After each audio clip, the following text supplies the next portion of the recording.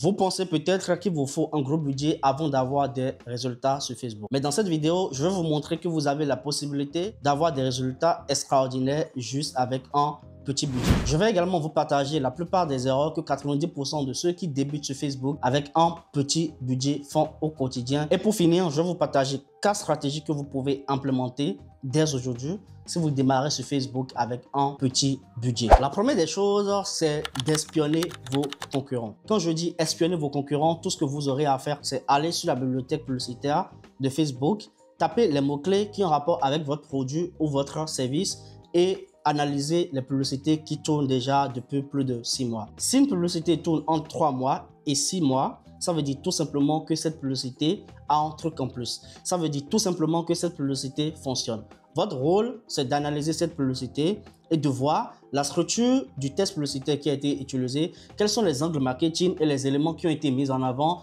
dans la vidéo publicitaire ou sur l'image publicitaire. À vous maintenant de reprendre le même concept pour votre produit ou votre service et d'utiliser également la même structure du texte publicitaire qui a été utilisé dans la publicité de votre concurrent. La deuxième des choses que vous devez faire lorsque vous démarrez sur Facebook avec un petit budget, c'est de simplifier votre compte publicitaire et de simplifier également votre campagne publicitaire. Lorsque vous démarrez sur Facebook, ça ne sert à rien de créer plusieurs campagnes. Il vous faut tout simplement une seule campagne et ça, c'est la campagne d'acquisition. Dans cette campagne d'acquisition, je vous recommande de commencer par 2 ensembles de publicités. Dans l'un des ensembles de publicités, vous allez cibler une audience large et dans l'autre ensemble de publicités, vous allez cibler une audience basée sur des mots-clés. Et dans chaque ensemble de publicité, mettez-y une seule créative publicitaire. Soit c'est une vidéo, soit c'est une image, mais jamais deux créatives publicitaires. Tout simplement parce que vous avez un faible budget et cela ne va pas vraiment permettre à Facebook de diffuser correctement vos 2 créatives publicitaires et par conséquent, le temps d'apprentissage sera beaucoup plus long et vous allez passer beaucoup plus de temps sans avoir des résultats. Et lorsque vous démarrez avec cette structure, ça vous permet au bout de 5 à 7 jours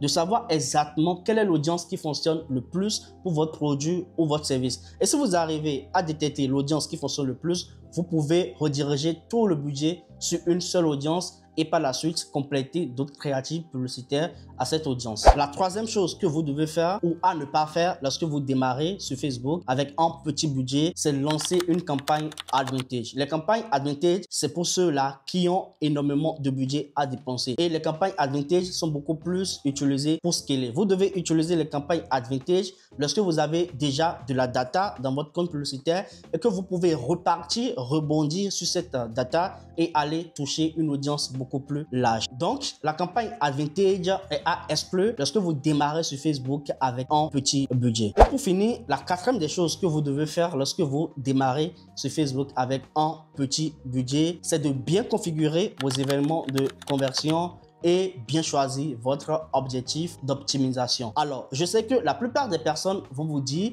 que lorsque vous démarrez sur Facebook et que vous avez un petit budget, le mieux serait de sélectionner un événement d'optimisation qui est un peu éloigné ou en dessous de l'objectif d'optimisation principal que vous visez. Ça veut dire tout simplement qu'il vous recommande de choisir par exemple l'objectif ajout au panier plutôt que l'objectif achat. Moi, je ne vous le recommande pas parce que d'après mes expériences, c'est toujours mieux de partir sur l'objectif d'optimisation que vous souhaitez. Si vous lancez votre campagne pour vendre des produits, je vous recommande de partir sur l'objectif achat. Et si vous lancez votre campagne pour gérer des prospects, je vous recommande de partir sur l'objectif prospect. Je sais que c'est assez contradictoire avec la plupart de ce que vous allez entendre chez les autres, mais je vous rassure, après 700 000 € de dépenses publicitaires en 2 ans, c'est la meilleure des choses à faire. Ça vous permet en toute évidence d'avoir une audience beaucoup plus qualifiée. Et qui dit audience qualifiée dit tout simplement conversion. Eh bien, je viens de te partager 4 stratégies que tu peux implémenter dès aujourd'hui lorsque tu démarres sur Facebook avec un